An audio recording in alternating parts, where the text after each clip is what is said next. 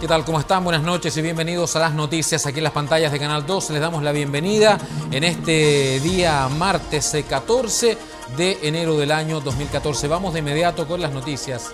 Se cumplió el 11º día de paro en el puerto de San Antonio y la jornada estuvo marcada por un aparatoso despliegue de fuerzas especiales de carabineros que a intervalos protagonizaron escaramuzas con los estibadores. Hubo al menos 6 detenidos, daños a la propiedad pública y lo peor de todo es que las partes siguen sin encontrar un punto de acuerdo.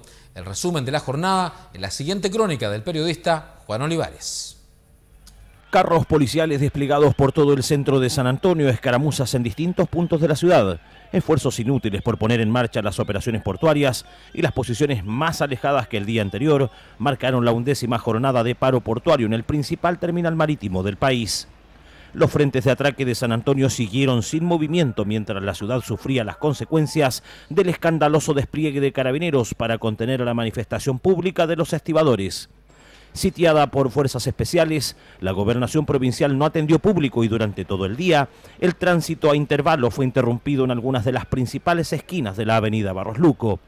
Hay que sumar a los daños a la propiedad pública, a las pérdidas millonarias de la protesta y al costoso despliegue policial, el saldo de media docena de portuarios detenidos, al menos 3 de ellos dirigentes del sector, que fueron acusados de incitar y promover la violencia. Aquí lo que hay por parte de Vargas y compañía es un actuar caprichoso.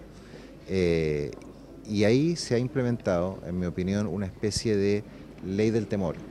De un temor que existe respecto de cómo puedan actuar los trabajadores de Santiago. Lo que nosotros hicimos fue garantizar el libre acceso a los trabajadores que querían prestar sus funciones y lo vamos a seguir haciendo en la medida que haya personas que nos lo soliciten. En la otra cara de la moneda portuaria, los trabajadores fijan posturas todavía más radicales ante las amenazas de despidos y fortalecen su pedido en la confianza que cada día que pasa, el movimiento, lejos de debilitarse, toma fuerza.